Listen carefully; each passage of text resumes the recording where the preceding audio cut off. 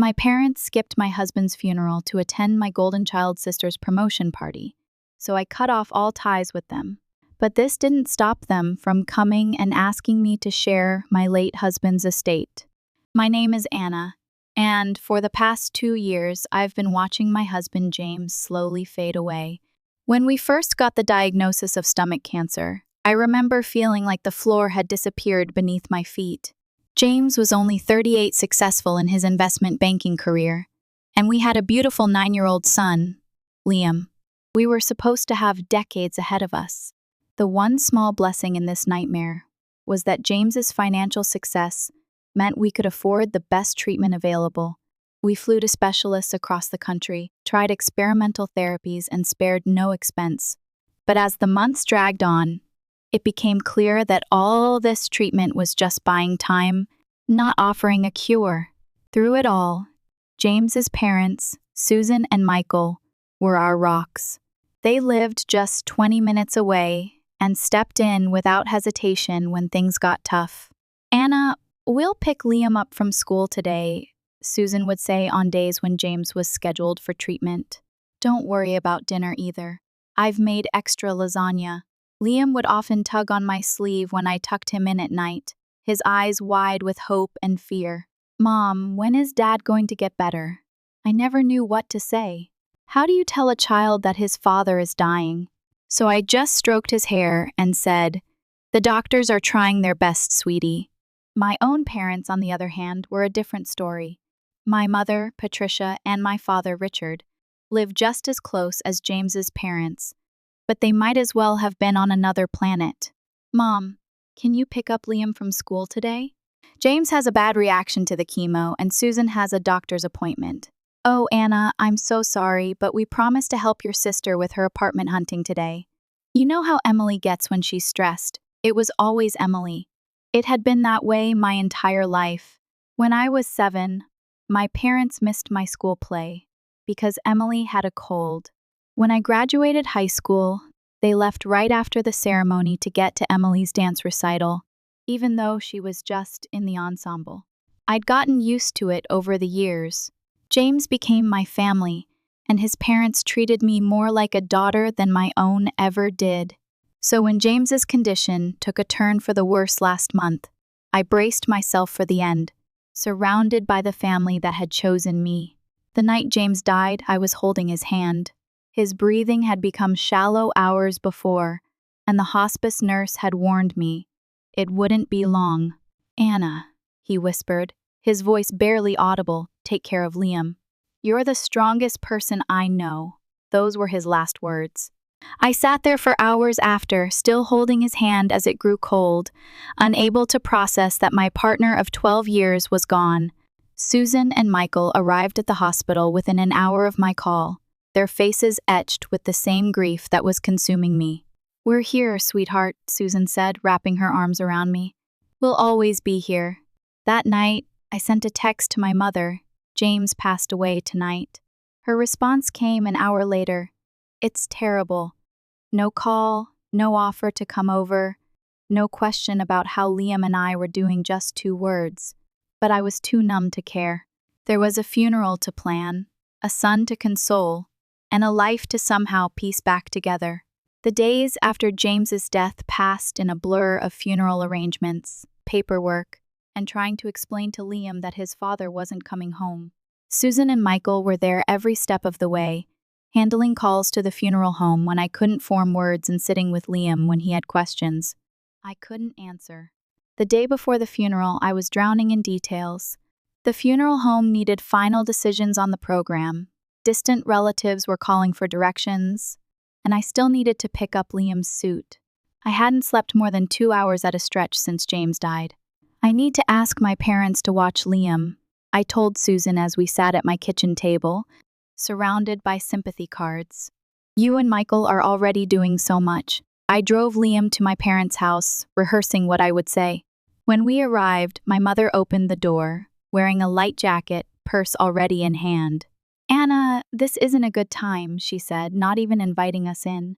"We're just heading out." "Mom, please, it's just for a few hours. I have to finalize everything for the funeral, and We've had these plans for weeks, my father cut in, appearing behind my mother. We can't cancel now. Before I could argue further, they both stepped outside, locking the door behind them. We really have to go, my mother said firmly. I'm sure you can find someone else. They hurried to their car without so much as a goodbye to Liam, who stood there, confused and hurt. Once they drove away, I called my friend Laura, who immediately agreed to watch him. After dropping Liam at Laura's house, curiosity got the better of me. I took a detour past my parents' house on my way home. Their lights were on, and Emily's red Mazda was parked in the driveway. So that's the important plans, I muttered to myself, a bitter laugh escaping my lips. They weren't busy at all. They just preferred helping Emily to supporting me, even now.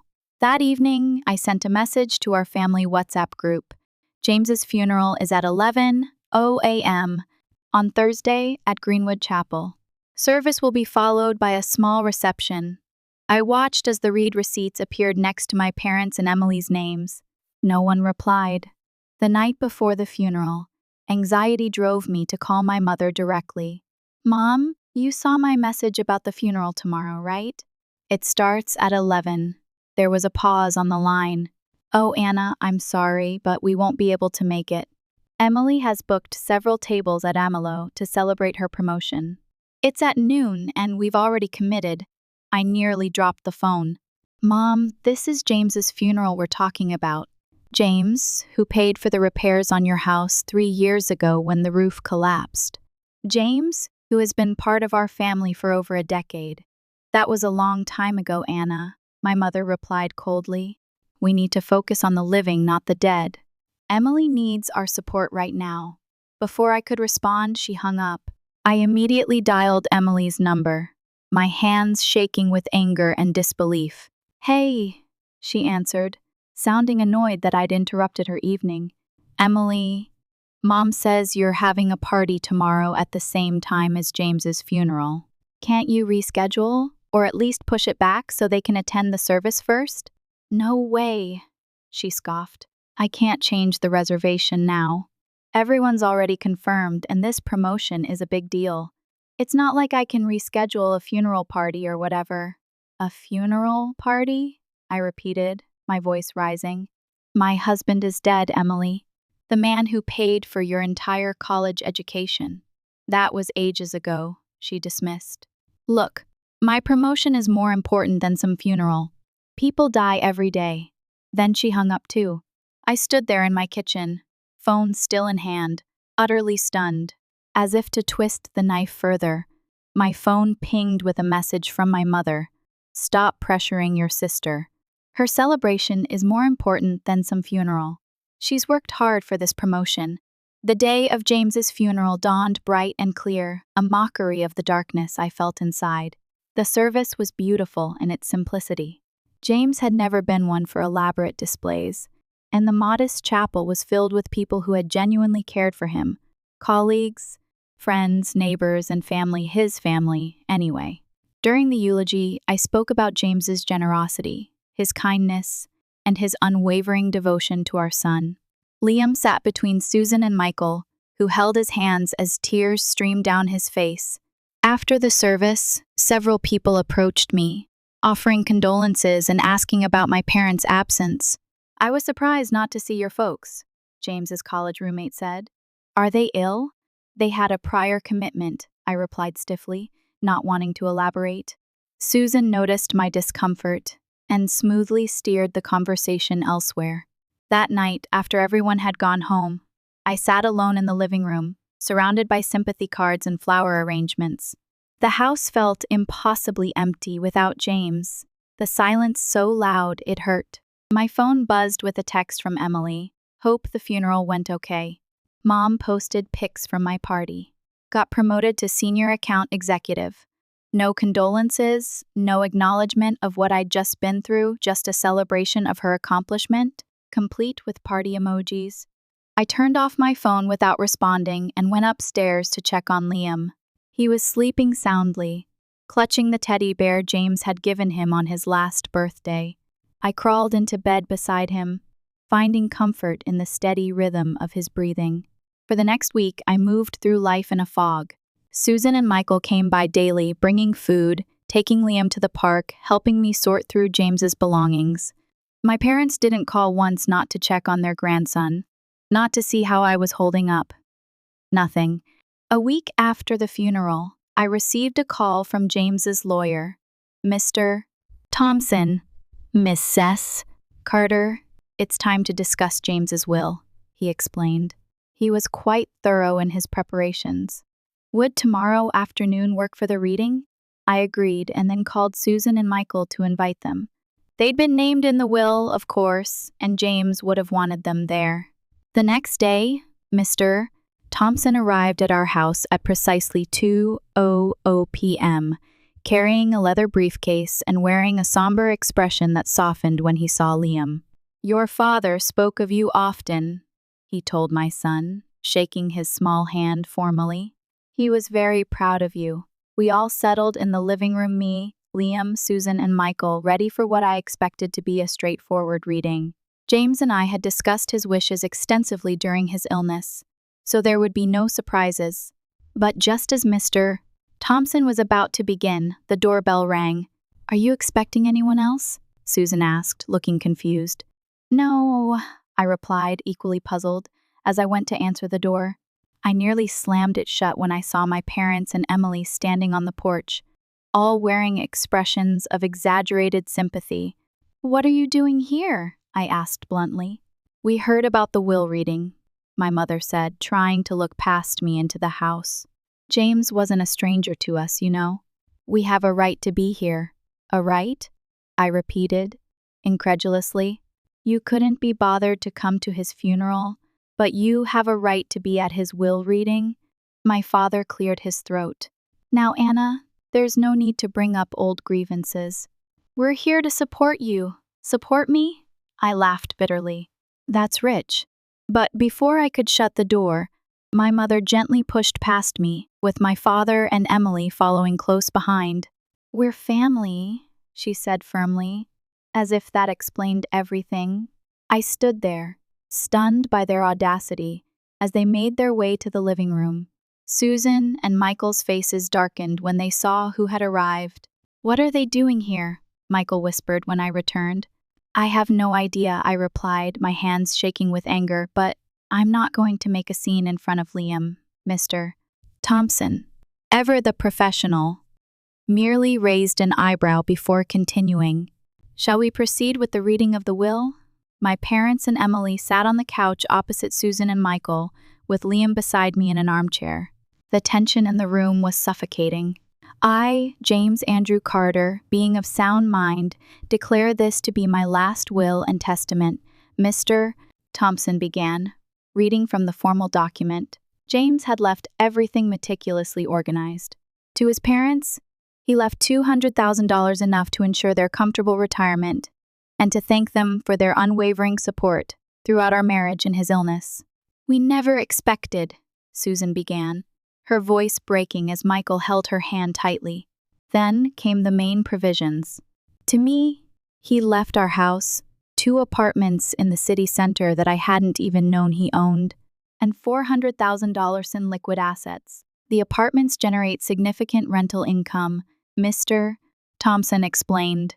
"James purchased them as investments 3 years ago." I sat there, stunned by the extent of James's planning. He'd ensured Liam and I would be financially secure no matter what. "As Mr. Thompson continued reading, I noticed my mother's expression change from feigned sympathy to undisguised interest. Emily sat up straighter, suddenly paying attention. When the lawyer finished, my mother clapped her hands together. "Well, this is wonderful news, isn't it, Anna? You're quite well off now." The room fell silent. Susan and Michael stared at her in shock. "I mean," my mother continued, oblivious to the tension, "with 2 apartments and all that money, you can certainly help out family now. Emily has been struggling with rent on her place. Haven't you, dear?" Emily nodded eagerly. "It's so expensive these days, and you have 2 apartments just sitting there." I couldn't believe what I was hearing. My husband wasn't even cold in his grave, and they were already eyeing his assets. "You should give one of those apartments to Emily," my father chimed in, as if it were the most reasonable suggestion in the world. "What do you need two for, anyway?" I stood up slowly, my hands clenched into fists at my sides. "Are you serious right now? You skip James's funeral for a party, ignore me and Liam for a week, then show up uninvited to his will reading to demand his property?" "Now, Anna," my father started, his tone condescending, "there's no need to be selfish. You're alone now, but you have all this wealth. You should share it." "Selfish?" the first repeated, my voice rising. "I'm not alone. I have Liam, and everything James left is for his son's future. Every penny will go toward making sure Liam has the best education, the best opportunities, the best life his father can no longer be here to provide." I watched as my parents and sister exchanged glances, their eyes flickering to Liam with something that looked disturbingly like resentment. "You're being ridiculous," my mother snapped. "Emily needs help now, not some child who won't even go to college for years." "That some child is your grandson," Michael interjected, his voice tight with anger. "And his father just died." My mother's face flushed with anger. "Don't you dare tell me how to treat my own grandson," she snapped at Michael. "We've been in this family longer than you have, and yet you've shown remarkably little interest in being part of it," Susan replied coldly. "That's enough," I said firmly, my patience finally snapping. "Liam, can you go upstairs to your room for a little while? Take Mr. Thompson with you to show him your model airplanes." The lawyer, clearly relieved to escape the family drama, quickly stood and took Liam's hand. "I'd love to see your collection, young man." Once they were out of earshot, I turned to my parents and sister, no longer holding back. "How dare you come into my house days after my husband's funeral, that you couldn't be bothered to attend and demand his money? James worked his entire life to provide for me and Liam. He battled cancer for 2 years, and in all that time, what help did you offer? None. You wouldn't even watch Liam for a few hours." "That's not fair," my father began, but I cut him off. "No, what's not fair is that James spent thousands of dollars fixing your roof when it collapsed during that storm 3 years ago. What's not fair is that we paid for Emily's entire college education when you claimed you couldn't afford it." "Well, let me make something perfectly clear. I will not be giving any of James's money or property to you, not now, not ever. Every penny will go to supporting Liam and securing his future. That's what James wanted, and that's what will happen." My mother's face contorted with rage. "You ungrateful brat. After everything we've done for you, what exactly have you done for me, Mom? Name one thing, one single act of selfless parenting." She opened and closed her mouth, unable to come up with an answer. "That's what I thought," I said quietly. "I think it's time for you all to leave." The door slammed behind them, and I collapsed onto the couch, suddenly exhausted. "You did the right thing," Michael said, his voice gentle but firm. "Did I?" "They're still my parents, and Emily's still my sister. Biology doesn't make family," Susan said, sitting beside me and taking my hand. "Love makes family. Showing up makes family. Being there in the hard times makes family." I nodded, knowing she was right, but still feeling the ache of rejection that had followed me my entire life. Later that night, after Susan and Michael had gone home and Liam was asleep, I sat down at my computer and saw that my mother had tagged me in a social media post, heartbroken that my eldest daughter has become so greedy and selfish after her husband's death, refusing to help her struggling sister even though she now has 2 apartments in the city center and plenty of money. Material wealth has changed her. I stared at the screen, watching as sympathetic comments poured in from relatives and family friends who only knew whatever twisted version of the story my mother had fed them. "Don't let Anna get away with this. Family should help family. Poor Emily, always struggling while Anna has everything handed to her." I felt a surge of anger unlike anything I'd experienced before. This was a new low, even for my mother trying to publicly shame me into giving them James's money. I took a deep breath and started typing. If my mother wanted to air our family's dirty laundry in public, then I would give the public the full, unedited version. "I've been silent about this for too long. But since my mother has chosen to make our private family matters public, I feel I must respond. 3 days ago, we buried my husband James after his 2-year battle with stomach cancer. My parents and sister did not attend his funeral. Why? Because my sister had scheduled a party to celebrate her promotion on the same day, and they felt that was more important. For those who don't know, James helped my parents financially many times over the years, including paying for major repairs to their home and funding my sister's entire college education. Despite this, when I needed help during his illness, even just watching our son for a few hours, they were always too busy. Yesterday, they showed up uninvited to the reading of James's will. Upon learning that he had left me and our son financially secure, they immediately demanded that I give one of our rental properties to my sister because, and I quote, "she needs it more than some child. That some child is their 9-year-old grandson who just lost his father." I share this not to hurt them, but because I'm tired of being painted as the villain in a story where I've only ever tried to be a good daughter, sister, wife, and mother. James's money will be used for our son's education and future, as he intended. I hope this clears things up.